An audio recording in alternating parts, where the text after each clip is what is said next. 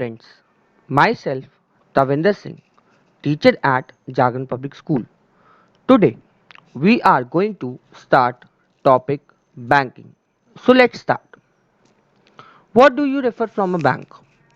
A bank deals in the money in the same way as the businessman deals in good. That means it deals in financial instruments and financial services which helps bank to an interest or it charges discounts from the public and also charges commission. So, here is the definition of the bank according to Indian Banking Regulation Act 1949. That is, banking is business of accepting for the purpose of lending for investment of deposit of money from the public, repayable on demand or otherwise, and withdrawable by check, draft, order, or otherwise.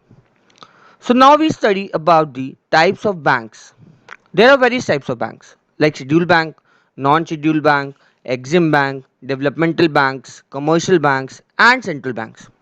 I'll give you a brief knowledge about all those types of banks, but we will mainly study about commercial bank and central bank in detail according to the CBSE syllabus. So let's start. So what are scheduled banks? Banks which have been included in the second schedule of the RBI Act 1934. The banks included in this category should fulfill two conditions. That is, the paid up capital and collected fund should not be less than rupees 5 lakh. Second, any activity of the bank will not adversely affect the interest of the depositors. For example, scheduled banks in India are categorized in five different groups according to the ownership and their nature of operation. These banks include State Bank of India, Nationalized Bank, regional rural banks, foreign banks, other banks, and Indian Scheduled Commercial Bank in the private sector. Now, what is non-scheduled banks? The banks which are not included in the list of the scheduled bank are called non-scheduled bank. At present, there are only three banks in the country. For example, all local area banks are called the non-scheduled banks. So there is a slight difference between the scheduled and the non-scheduled that you can understand and learn like this. If the bank is present in the list of the RBI or Central Bank of India is known as scheduled bank, and if it is not present in the list of the RBI, it is called non-scheduled banks. Now let's switch to Exim Bank. So what are Exim banks? The full form of Exim is Export Import Bank of India. That is, it is a specialized institution wholly owned by the Government of India, set up in 1982 for financing, facilitating and promoting foreign trade of India. So basically these banks are designed for providing financial assistance to the companies or the firms who are engaged in export import activities or trade. So now what are developmental banks? Those banks which helps in developmental activities in an economy are known as developmental banks. So basically they are designed for making and development in the economy, just like building an infrastructure for the economy. For example, NABARD, that is National Bank for Agriculture and Rural Development, means that this bank helps in giving financial assistance and awareness to the farmers who are engaged in agriculture activities, and this bank only provide loans to the people who are engaged in agriculture and its allied activities. So basically this bank is providing fund for the development of the agricultural sector. That is why it is called a developmental bank. Now next topic, that are our main topics, that is commercial bank. So what is commercial bank? Commercial banks, so what is the financial institution that accept deposit from the public and advance loans to the public for the sake of earning profit. These types of banks deals with general public, so basically it collects money by accepting deposit from the public and provide them interest on those deposits, and also earn interest by using that money in providing loans to the public and the firms. So basically they take up your money, give loans to someone else, earn from there and give to you some part of interest in a form of you can say saving deposits interest or recurring deposit interest. Okay, so now what is central bank? We need an authority to control all the commercial bank. That is why the government decided to appoint or to announce a central bank that helps in regulating and controlling the functioning of the commercial banks, which helps in making policies for the commercial banks also. So basically, when we need an authority to protect the interests of the investor or the depositors, the government make a bank that's called central bank to keep an eye on the working of the commercial bank and foreign bank. So now let's understand about the function of the commercial bank. There are basically two types of function: primary function and secondary function. Under the primary function, there are only two functions, that is accepting deposits and advancing loans to the public. Now let's understand initially about the accepting deposit. Bank accept deposits from the public and provide them interest on these deposits to the depositors. So there are various types of deposits such as like fixed deposit, recurring deposit, saving deposit and current account deposits. Let's discuss about in detail in these types of deposits. These deposits are classified on the basis of number of transactions in each type of deposits. More the number of transactions, lesser the amount of interest, as bank is providing you a service. So let's understand about the fixed deposit. It provides generally the highest rate of interest as it involves only two transactions, one time deposit and one time withdrawal at the time of maturity. After the completion of the period for which the deposit is made, for example, if a customer has deposited money, that is 10,000 rupees initially for a period of 1 year, so after the completion of the 1 year he will get the amount along with the interest at the time of maturity. Only two transactions are there, one at the time of deposit and one at the time withdrawal. That is why this type of deposit provides highest rate of interest with least number of transactions. Now what is recurring deposit? At the convenience of the customer who is not able to make deposit in one time, the bank has provided a facility to deposit the money in multiple regular intervals for a particular pre-decided period. Now there are many types of deposit who provide lower rate of interest, but this type of deposit provide lower rate of interest than fixed deposit and highest rate of interest than saving deposits. And the customer will get the money after the completion of that period.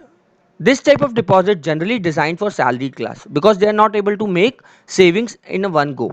For example, if you deposit rupees 500 for a month, for a period of 15 months, you will get the amount in the 16th month along with the interest. So as you can see that the number of transactions has increased, multiple time deposit is there. That's why recurring deposit earns lower interest rate than FD but higher interest rate than saving deposit. Now our next type of deposit is saving deposit. This is a general deposit which we already have. You must have in your family. Your family must have a saving deposit and account in a bank. This type of deposit you have generally seen in your daily banking visits also.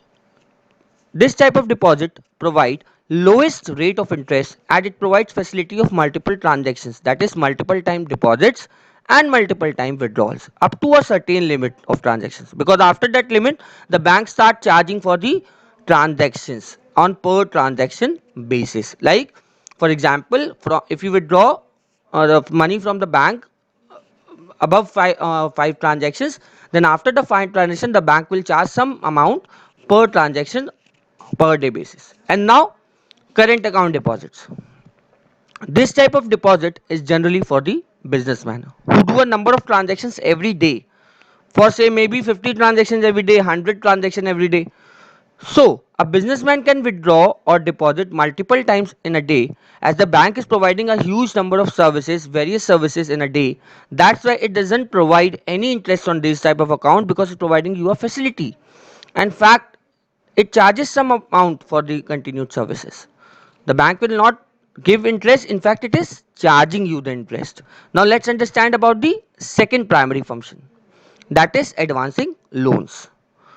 The bank also provide loans to the people to earn interest as it is their main source of income. So there are various types of loan are as follows, like cash credit. In cash credit, the entire loan amount is disbursed at one time. It is disbursed at as per the requirement of the customer. The bank provides loan by keeping security as a collateral, and then the loan is provided according to the amount of security. Means you cannot get the cash credit without providing a collateral security such as mortgage of land or anything. Now, what is overdraft facility? This facility is for the companies, firms, or businesses in which the amount can be withdrawn from account when it falls below the zero balance, but up to a certain limit. You cannot withdraw whenever you want and whatever the amount you want. There is a certain limit up to which you can withdraw. This limit is decided on the basis of the goodwill of the customer and his business history. The interest is charged on per day basis on the amount withdrawn, not on the whole amount. Okay, so if you have a limit of 5 lakhs and withdraw only a 2 lakhs, the interest is charged on the 2 lakhs on a per day basis but not on the whole amount. Now, the next type of loan is term loan, that is also called outright loan. In this type of loan, the amount is sanctioned and credited to the borrower's account. This type of loan is generally given for a particular project or new projects. The interest is charged on the whole amount sanctioned, not on the amount withdrawn. So there is a difference between term loan and outright loan and your bank overdraft. That is, in this type of loan, that is term loan, the interest is charged on the whole amount. That, whether you have used the full amount or not, that's your choice. So the basic difference is this. Now the last is discounting bills of exchange. In this, when the seller sells the commodity on the credit, the period in which the bill is drawn on the purchaser or drawer for a particular credit period. Suppose if the seller needs the amount before the maturity period, then he will go to the bank and get it discounted. Discount is charged on a per day basis on the period left before the maturity. This you must have studied in accounts in class 11. Like if you have drawn a bill for 3 months and if you need money before maturity within 2 months, say 1 month is left, so the bank will charge discount for that particular 1 month and give you the amount, and the bank will collect the money after the 1 month from the drawer, drawing. Next, the primary functions are over. Now let's talk about the secondary functions. The first secondary function is agency functions or agency services that is provided by the commercial bank. These are generally services provided by the banks on a daily basis. Now, what are agency functions? Bank may pay payment on the behalf of their customer. For example, realization of checks, telephone bills. Means when you need to pay the amount to some insurance company or you need to pay the amount to electricity bill, bank make payment on your behalf upon on your instructions.